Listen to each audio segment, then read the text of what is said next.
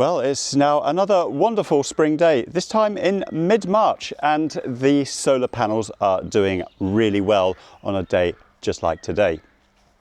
But in this video, we're going to be talking about perceived faults with the system. These are perceived faults which I've seen during the winter time, and there are about 5 perceived faults, and we're going to go through those faults and discuss whether they are actually faults or whether it's just one of those things.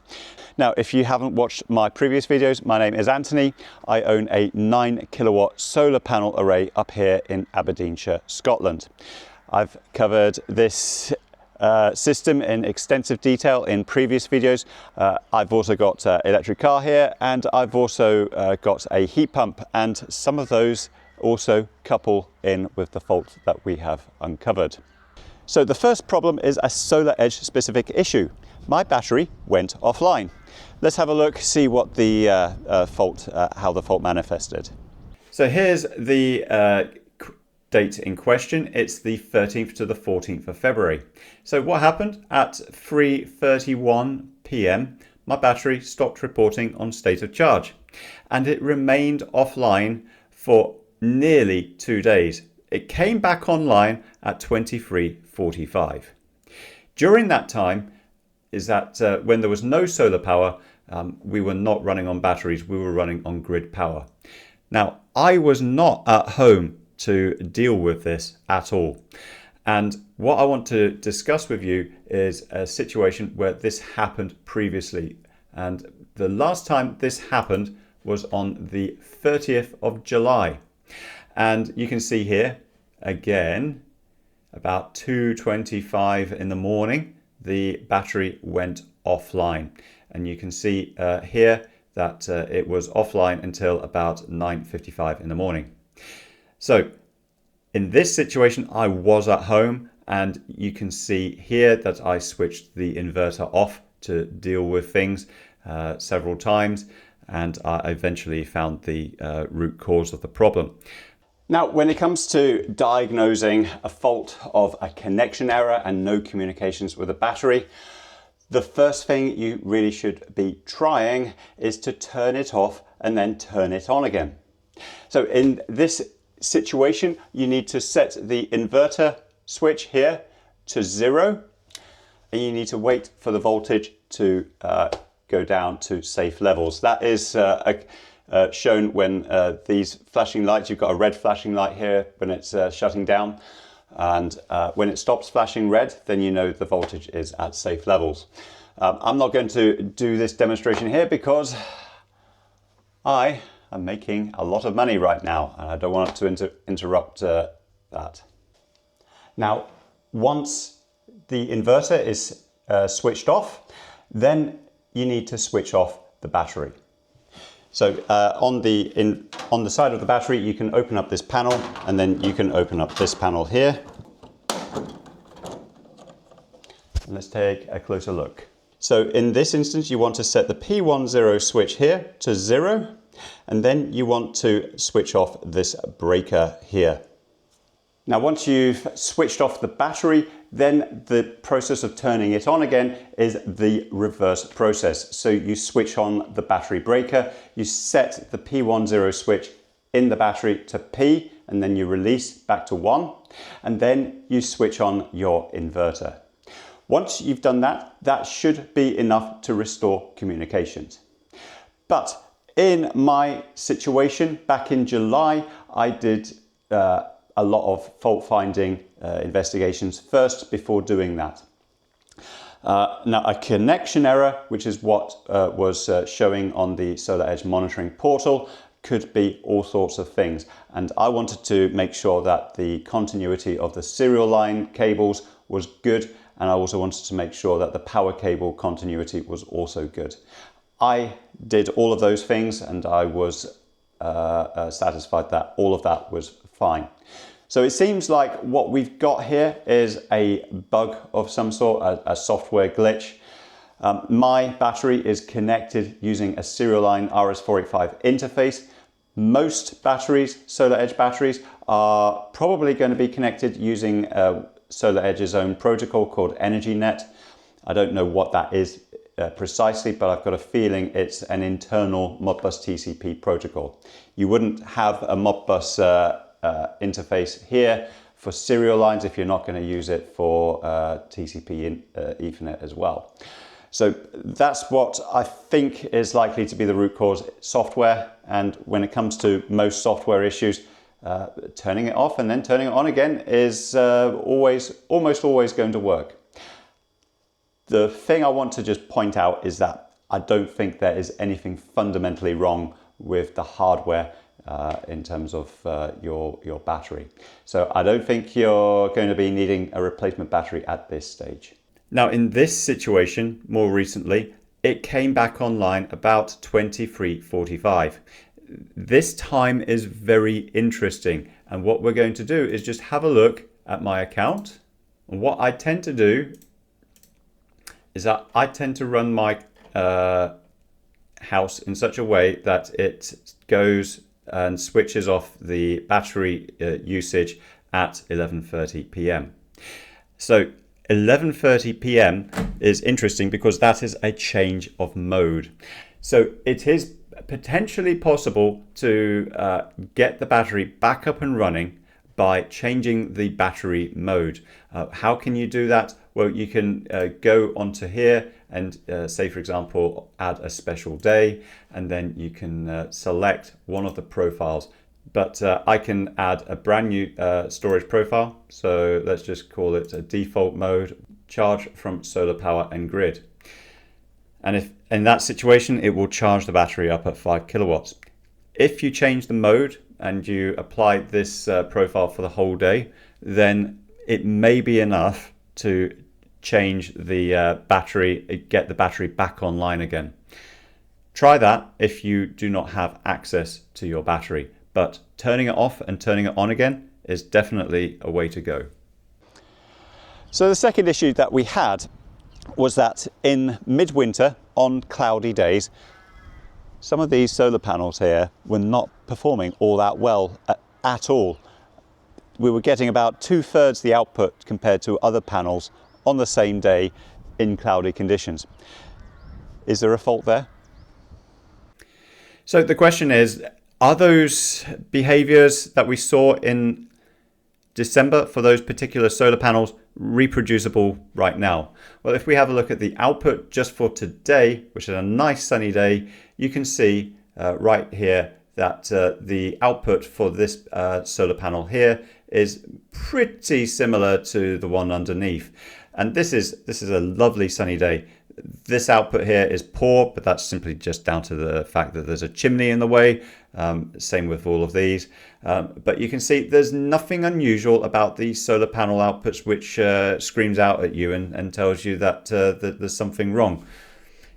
These ones have produced more power simply because they're higher up, and therefore they get the sun before these ones.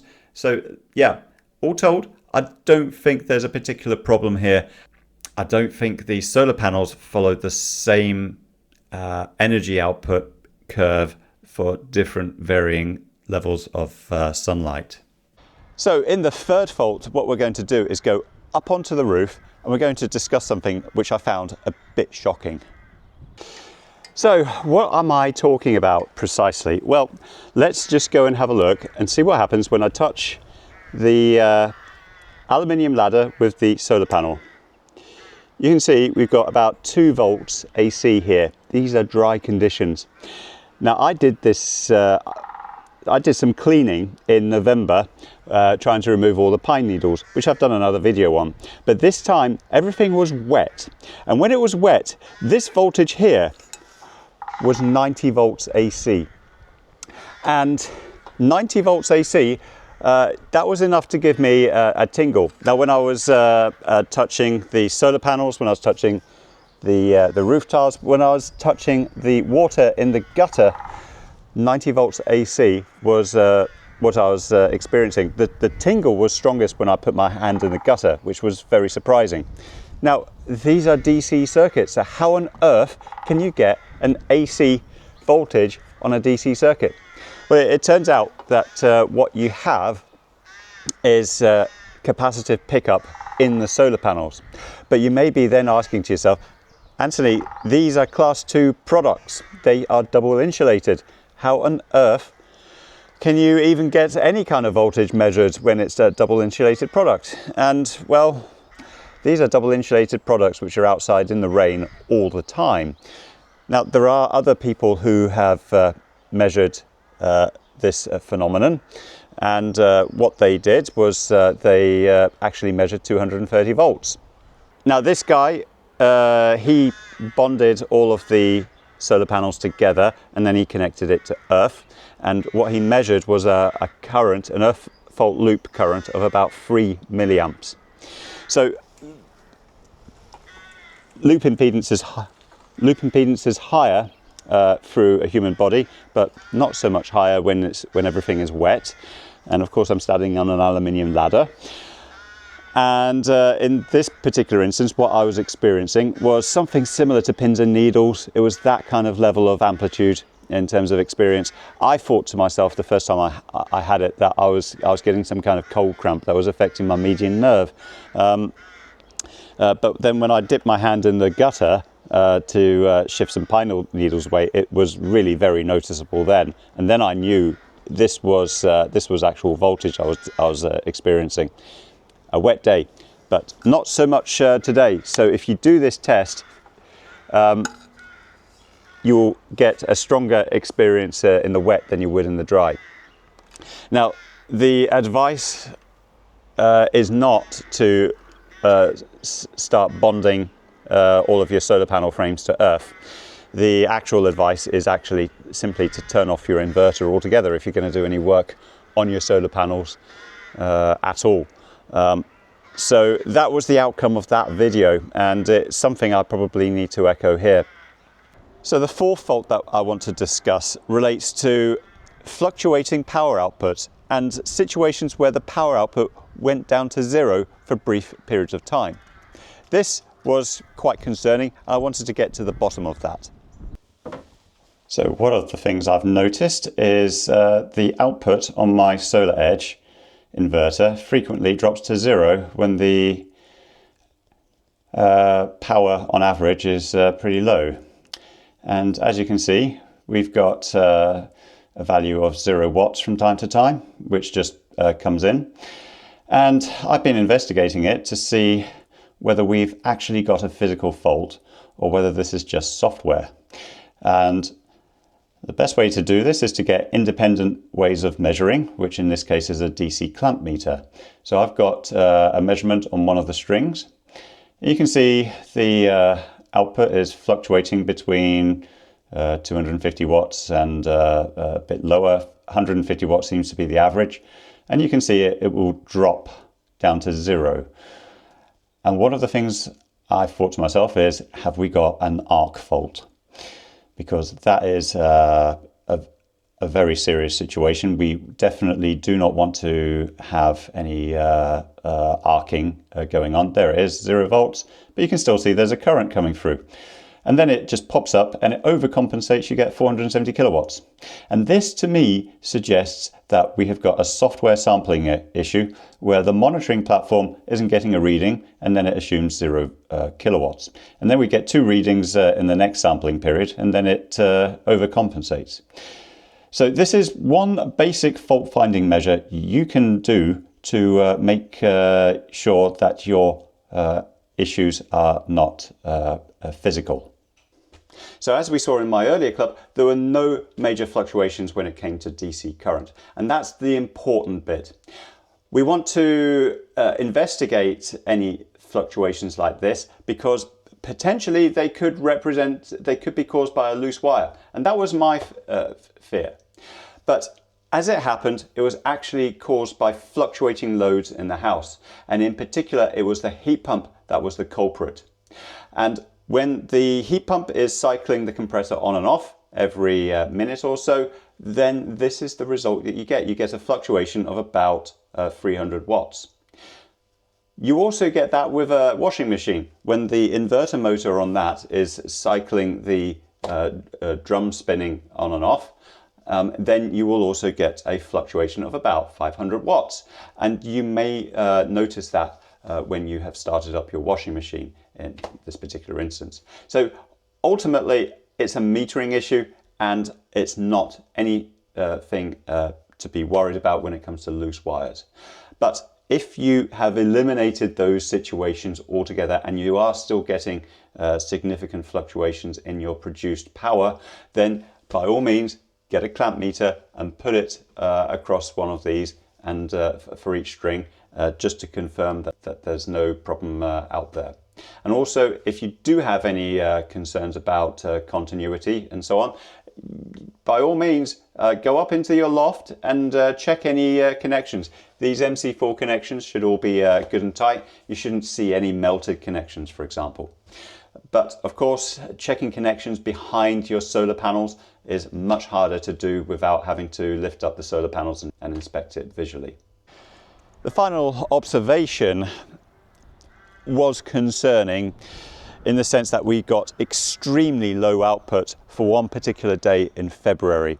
In this situation, we were approaching the middle of the day and we were getting outputs which were close to 0 watts. And at other times, it was barely getting above 20 to 30 watts. I was very concerned about that, and I have never seen that before in February without snow on the roof. In this situation, we had no snow, so that was not a concern in that particular instance. So we're going to discuss that in a bit more detail. So this was a particularly concerning day. This was the 3rd of February, and what you can see here is that we have production of about 66 watts in the morning, and then it drops off and it becomes 0 or very close to 0 in the late morning.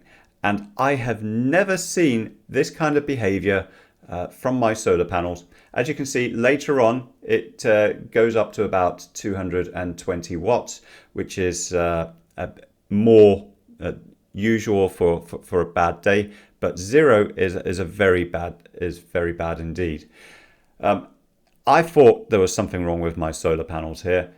If we have a look at the following day, you can see things are a lot more normal. In this situation, we have got 567 watts, which is much more typical for a cloudy day.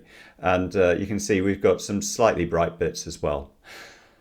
If you do get these extremely poor performance, it can be down to specific weather conditions. What I find is that cirrostratus cloud, that's a high level cloud, which is quite thick, that can cut out a lot of daylight indeed. And it's not just thunderstorms which will do it. Thunderstorms will kill your solar panels just simply because the cloud is just so thick. But cirrostratus cloud is a very dark cloud layer. I have seen this in March. If we look at the 4th of March, we can see that we had some fairly average cloudy performance in the early morning. But then by 1 o'clock in the afternoon, we were getting about 276 watts of power. I was at home at that situation, and we are talking about this cirrostratus cloud, which was prominent in that situation. It doesn't happen all that often. You have strong southwesterly winds. It dumps a lot of wet rain in the west of Scotland, and if you're lucky, those clouds break up. But if you're unlucky, you end up with this cirrostratus cloud and you get this really poor output. And this is the worst output I've seen in March without snow on the roof. So that is very interesting. So fundamentally, I don't think there's anything to worry about. But if you have a SolarEdge inverter or any other inverter where you have got an optimizer involved and you've got detailed analysis of the solar panels, I don't think there's anything too much to worry about here. But it's interesting to just communicate what I have seen in case you do have any worries yourself. So that is it for this video, and I haven't got any other videos planned. I have done holidays previously in my electric car, and I didn't do any filming in those holidays simply because there isn't too much more to add. But If I'm going to do another video in the future, one of the things I want to talk about is the experience of driving an electric car in a region where you do not have charging at your accommodation, at your hotel. What is it like to be running an electric car in those situations? That video is not planned at the moment, but it is a concept which I want to discuss. So in the meantime, I'd like to thank you all for watching, and I'll talk to you again very soon.